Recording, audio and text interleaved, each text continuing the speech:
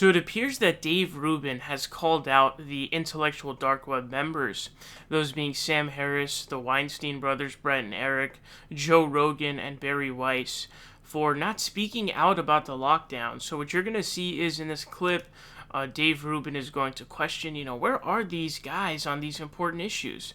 Now, what's interesting is he's had a falling out with pretty much all of the members of the intellectual dark web, and the intellectual dark web ended up breaking apart as everybody separated their ways, and they kind of split off. Now, there's some people who are still kind of together, like I'm sure Rogan and the Weinstein bros are still buddies, and, Sam Harris may be friends with the Weinstein bros, but there was a lot of falling outs, especially given what happened with Donald Trump recently.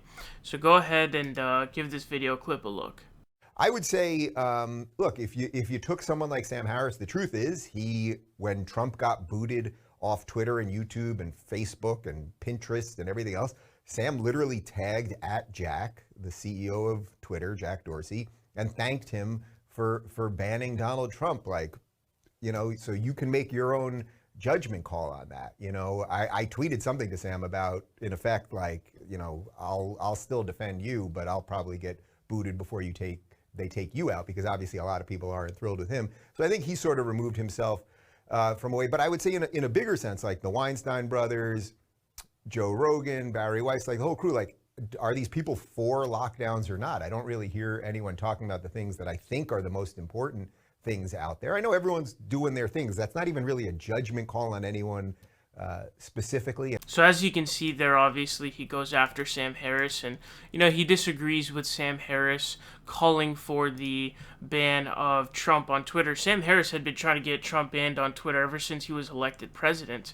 But he was actually really excited. He thanked Twitter, as he stated there, for banning him, which was a really, really controversial take, because remember, Sam Harris is one of the big opponents of quote-unquote cancel culture, and he's canceling Trump there, so, it offers some potential, intellectual conflict or hypocrisy maybe. I'm not saying that it is.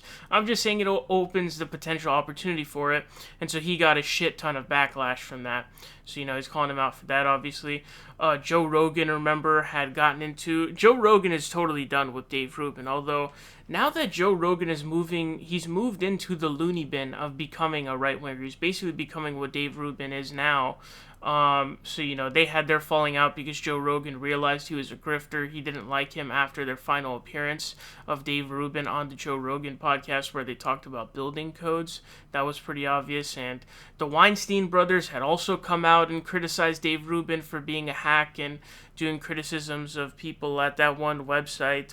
Quillette, I think it was, one of the authors over there.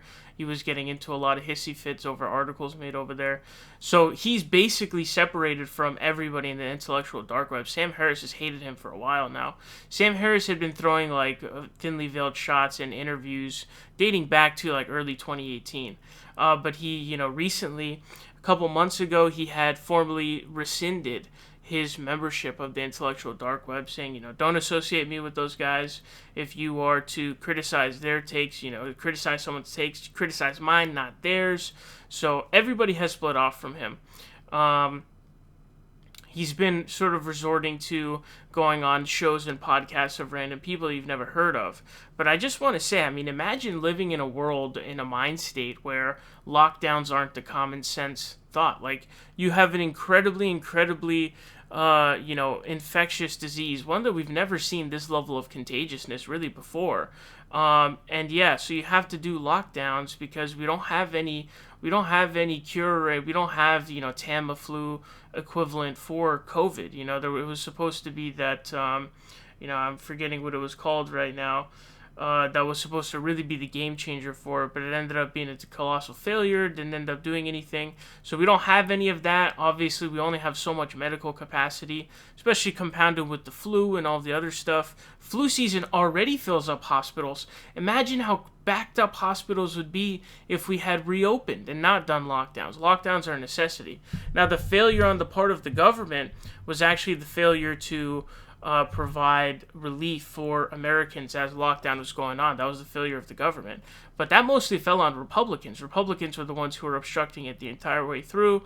So, I don't know why you're not calling them out for that. But anybody who thinks that lockdowns were not a good move or a bad option or or even not the only option are stupid. Joe Rogan, for example, he says, are these people for lockdowns or not? Now, I don't know what the opinion of Sam Harris or the Weinstein brothers are on the lockdowns. But we all know Joe Rogan has literally spent almost every single second ever since he has signed his Spotify deal bitching and moaning about the lockdowns, quite literally. Every single day he comes on his podcast, he talks about two things. He talks about the lockdowns, and he talks about how much better Texas is than California because it has all these freedoms, whereas California is this authoritarian state. And he's really doing it because he was bitching and moaning that he couldn't go to the comedy store to give his shitty stand-up sets that nobody likes. It was really embarrassing, and to me, that was really disappointing because at that point, Joe Rogan had really, in my view, built himself up in a lot of ways to being a redeemable person. He had really opened the floodgates for a debunking and really good insight into the mind of Candace Owens and how much of an idiot she was. If you're wondering what I'm talking about, go watch their climate change discussion. You'll be absolutely floored. He even recently had that Ben Shapiro conversation where I thought he almost entirely, destroyed his own worldview, his whole worldview in front of him. And obviously he had the Dave Rubin situation where he went head to head with the guy on all the libertarian bullshit that he believes, building codes and all that yada yada nonsense. So he went from that to, being super anti-lockdown, which is laughable. Already 500,000 have died, even though, there were lockdowns. Imagine how crazy it would have been if there would have been no lockdowns. If there were no lockdowns, the country would really have to, it'd realize what was going on pretty quickly in terms of how fast it was spreading, how many people it was taking out. And due to the level of contagiousness of the disease, it makes it really impractical not to have lockdowns. So Dave Rubin has kind of, consolidated himself into this area where he just tweet farms and just says, a bunch of conservative shit. He bought a $5 million mansion, so, that's kind of where he is right now. That's Dave Rubin for you, as he is, he's purchased his mansion, he's chilling. Joe Rogan is very similar. Joe Rogan has seemed to really take a downturn for sure in terms of really going down in the direction of turning into the elites that he made his entire podcast based on not being. The whole premise of his podcast is to be for the average Joe, but now he's turned into an elite himself. He's very wealthy, very rich, and he's just become a dick, a douche. And we really saw that on display with his lack of care for the Texas storm that happened. When he was in Texas himself, people didn't have heat. People were in the freezing cold. One of the worst sensations ever. Obviously, not living conditions. People die when it gets too cold, and that did happen in Texas. He didn't really seem to care. He was trivializing Ted Cruz's literal runaway from Texas. It was hilarious because the Ted Cruz situation got completely debunked. His alibi was totally debunked. So yeah, man, this is Dave Rubin. He's going after the intellectual dark web members, and yeah, that's that.